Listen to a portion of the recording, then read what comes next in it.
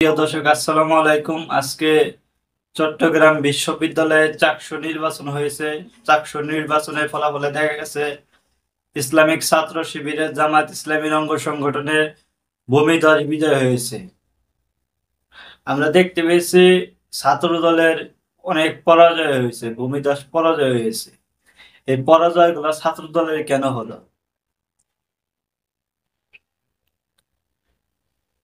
বিএনপির একটি অঙ্গ সংগঠন ছাত্র দল, সেই ছাত্র দলের কেন পরাজয় হলো?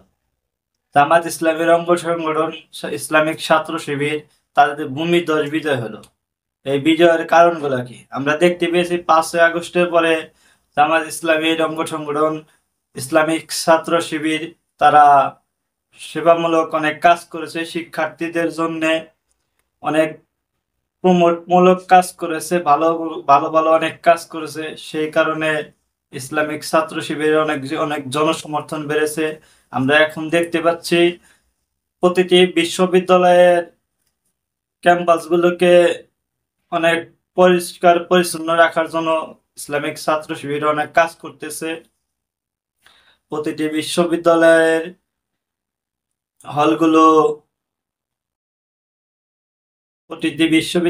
হলগুলো তারা অনেক কার্যক্রম করতেছে, যেরকম পানির ফিল্টার দিতেছে, অনেক কিছু দিতেছে, ছাত্রদের সেবায় অনেক কাজ করতেছে। সেই কারণে আমরা দেখতে পেতেছি বিএনপির অঙ্গ সংগঠন ছাত্র দলের ভূমিধস পরাজয় হইতেছে। অনেকের বিজয় হয়, অনেকের পরাজয়। এই পরাজয় গুলা কেন হয়? 5ই আগস্টের পরে ছাত্র দলের ভূমিকা নিয়ে অনেক প্রশ্ন আছে।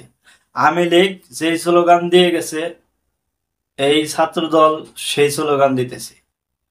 জামাত শিবির রাজাকার, এই মুহূর্তে বাংলা চায়। আর জামাত শিবিরকে রাজাকার, এই প্রজন্মকে তোমরা যদি খালি এই কথা বলো যে জামাত শিবির রাজাকার, তাহলে কি এই প্রজন্ম মেনে নিবে? এই স্লোগান আওয়ামী লীগের স্লোগান। এই স্লোগান তো ভারতের স্লোগান।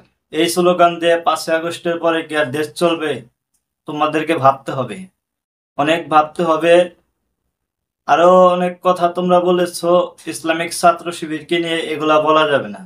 যেরকম বলেছো যে ছাত্র শিবির একটি গুপ্ত সংগঠন, রক্ষারা সংগঠন, এটার কোনো কথা হলো? 5ই আগস্টের পরে আমরা এই কথাই তো শুনেছি, দীর্ঘ 16 বছর তো আমরা এই কথাই শুনেছি আওয়ামী লীগের মুখে, আওয়ামী লীগের সন্ত্রাসীদের মুখে। আমরা তো এই কথাগুলাই শুনেছি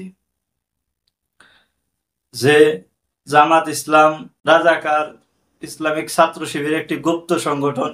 এই ইসলামিক ছাত্র শিবিরের উপরে এমনও জুলুম হয়েছে, বিশ্বজিৎকে ছাত্র শিবির সন্দেহে হত্যা করা হয়েছিল সদরঘাটে জগন্নাথ কলেজের আশেপাশে। একটি হিন্দু, সে বলেছিল যে আমি একটি হিন্দু, আমাকে মারবেন না, আমি শিবির না। তারপরেও ছাত্রলীগের সন্ত্রাসীরা তাকে ছাড় দেয়নি, আর তোমরা সেই স্লোগান ধরেছ। এটা হলো তোমাদের পরাজয়ের প্রথম ধাপ। আরো অনেকগুলা ধাপ আছে। রাজাকার রাজাকার, ছাত্র শিবির কি রাজাকার? ছাত্র শিবির এমন একটি সংগঠন, যে সংগঠন সবাই করতে পারে না। ছাত্র শিবির করতে হলে অনেক যোগ্যতার প্রয়োজন আছে, তোমাদেরকে এগুলা ভাবতে হবে। আমরা শুনেছি বিএনপির যত অনেক নেতা নেতা আছে যে এই 5ই আগস্ট ঘটাইছে, তারা বলে জামাত ইসলাম কালো শক্তি, সার্জিত নাইটরা ছিল অভিনেতা। কে এই আন্দোলন কি বিএনপি করে নাই? ফ্যাসিবাদ বিরোধী আন্দোলন, এই স্বৈরাচার বিরোধী আন্দোলন কি বিএনপি করে নাই? সেই কারণে এই বিএনপির কিছু কিছু নেতার কারণে অনেক বিএনপির ভোটার হারাইছে। তোমরা এইগুলাকে ভাবতে হবে, এগুলা করা যাবে না। এগুলা করলে আগামীতে বিএনপি ক্ষমতায় যাবে কিনা সেগুলার প্রশ্ন রয়েছে। জামায়াত ইসলামী যেভাবে জনপ্রিয়তা বাড়তেছে আর যেভাবে এগিয়ে গেতেছে, জনমনে প্রশ্ন রইতেছে যে আগামী থেকে বিএনপি ক্ষমতায় পিছিয়ে পড়লো, জামায়াত ইসলামকে আগামীতে ক্ষমতায় চলে গেল। জনগণের মনে একটি জোয়ার উঠেছে, আগামীতে জামাত ইসলামী মনে হয় ক্ষমতায় চলে গেল। বিএনপি বুঝি এই বুঝি ক্ষমতা হারিয়ে ফেলল। এগুলা কেন? এগুলার বিএনপির কোনো দায় নাই। বিএনপির অবশ্যই অনেক দায় রয়েছে। এই দায় বিএনপি এড়াতে পারে না। বিএনপি একটি বৃহৎ রাজনৈতিক দল। তাদের উচিত ছিল সকল দলকে নিয়ে এই জুলাই সনদের বাস্তবায়ন করতে। এখন কি হইতেছে? এই জুলাই সনদ, বিএনপি চায় না জুলাই সনদ বাস্তবায়ন হোক। দেখুন, আপনাদের এই ভুলের কারণে, কিছু কিছু ভুলের কারণে আপনাদের পরাজয় হইতেছে। আপনাদের ডাকসুতে পরাজয় হয়েছে, জাহাঙ্গীরনগর বিশ্ববিদ্যালয়ে পরাজয় হয়েছে, আপনাদের এখন চাকসুতেও পরাজয় হবে। যেভাবে পরাজয়ের আপনাদের অব্যাহত চলতেছে, তাতে আমরা বুঝতে পারতেছি এবং জনমনে বুঝতে পারতেছে, জনগণের মনে একটা ধারণা তৈরি হয়েছে আগামীতে আপনারা ক্ষমতায় যেতে পারবেন না। এখনো সময় আছে, আপনাদের এখনো সময় আছে ভুলগুলো শুধরে আপনাদের জনগণের কাছে যাওয়া, জনগণের কাছে গিয়ে আপনাদের ভালো ভালো কাজগুলো জনগণের কাছে গিয়ে প্রকাশ করা, এই ভালো ভালো কাজের মাধ্যমে জনগণকে আপনাদের দলের সঙ্গে যুক্ত করা। আপনাদের যে জনপ্রিয়তা ছিল, দেখুন যে এই 5 আগস্টের পরে যদি গেলে 1 মাস পরে যদি একটি জাতীয় নির্বাচন আয়োজন করা হতো, তাহলে আপনাদের কি হইতো? যেভাবে আজকে জামাত শিবিরের ভূমিধর বিজয় হইতেছে, ওই রকম জয় হইতো, আপনাদের ভূমিধর জয় হইতো। আপনাদের ভুলের কারণে আজকে এত সময় লাগলো। 6 মাস, 5 আগস্টের 6 মাস পরে যুগাল নির্বাচন হইতো, আপনারা যুগাল ভুল না করতেন, তারপরে 260-70টা সিট পাইতেন।